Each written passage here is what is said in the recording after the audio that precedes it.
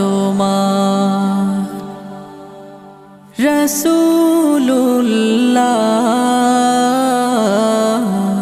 কি উপায় হবে আমার।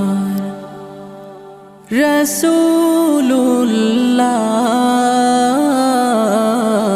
কি উপায় হবে আমার।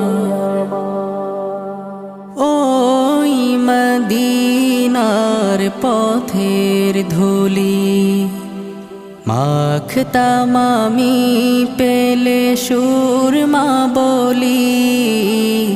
ওই মদিনার পথের ধুলি মাখতাম আমি পেলে সুরমা বলি।